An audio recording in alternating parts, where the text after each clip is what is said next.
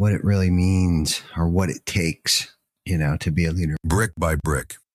Sometimes you'll have to make hard decisions that negatively impact people you care about. So they think it will impact them negatively, and it's our job as the leader to paint a picture for them in a way that doesn't appear to be negative, unless you have to let them go. And usually that's the hard decision that we have to make. And hopefully we chose wisely with those that we choose to surround ourselves with, where we won't have to let that many people go in our journey of entrepreneurship, management, leadership, all along trying to make the right decisions. And it can be difficult, right? So that's our jobs as leaders to help facilitate game plans and ideas and visions for longevity of the company. Most importantly, those that we work with. A lot of times those conversations aren't easy conversations to have. And especially when their feelings are involved. And, I'm a very empathetic person, and I try to think of them. I don't even necessarily try to. That's just where my head goes. I'm worried and concerned about their emotions and things like that. So I'm learning to become very creative. What I've most recently come up with is a lateral expansion, whether it's for the company, whether it's for their position that we're either trying to create or alleviate or expand somebody else's position within the company. It's our job to articulate that picture, that vision of like why it's important that they move into a different role, or somebody else needs to move into their position. It's hard. And the thing that people deal with isn't the pushback from the decision that you made due to change, because we all think that, we hate change. They would much rather stay because it's more comfortable. But what people are really dealing with is the feeling of loss.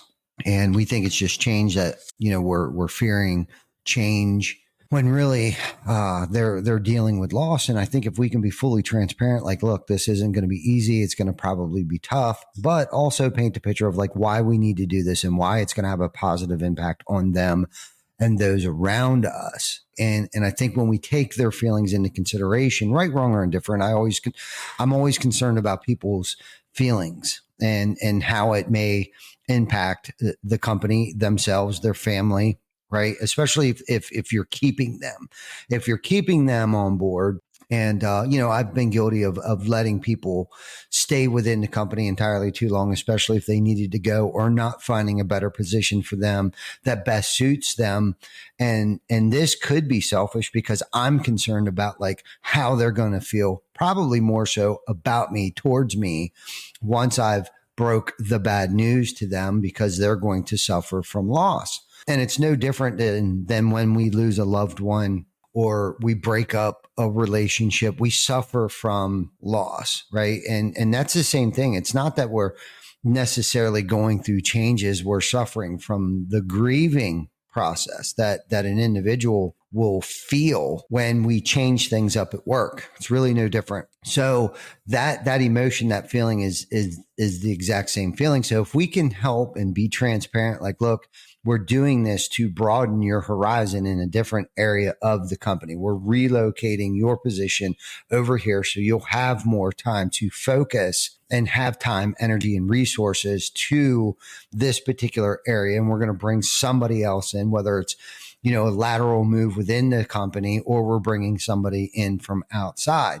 We will be disliked despite our best attempt to do the best for the most. We will be misunderstood. We will rarely have the opportunity to defend ourselves. And I didn't come up with this, right? I wish I could say that, everything that I'm talking about right now is something that I came up with on my own.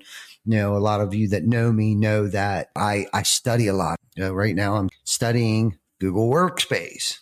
I'm reading probably too much at one time, but I'm reading again, The Roofing Sales Survival Guide by our boy, Adam Bensman. I continuously work on myself. I continuously educate myself, and I get very specific on where I'm at, where the company's at, what season I'm in, what season the company's in. And this is what's cool. When you are learning just as much from your team as they are from you, that's when you're developing a genuine culture, living with purpose and consistency, right? I'm consistently working on myself, self-mastery, personal development, because it really all starts here.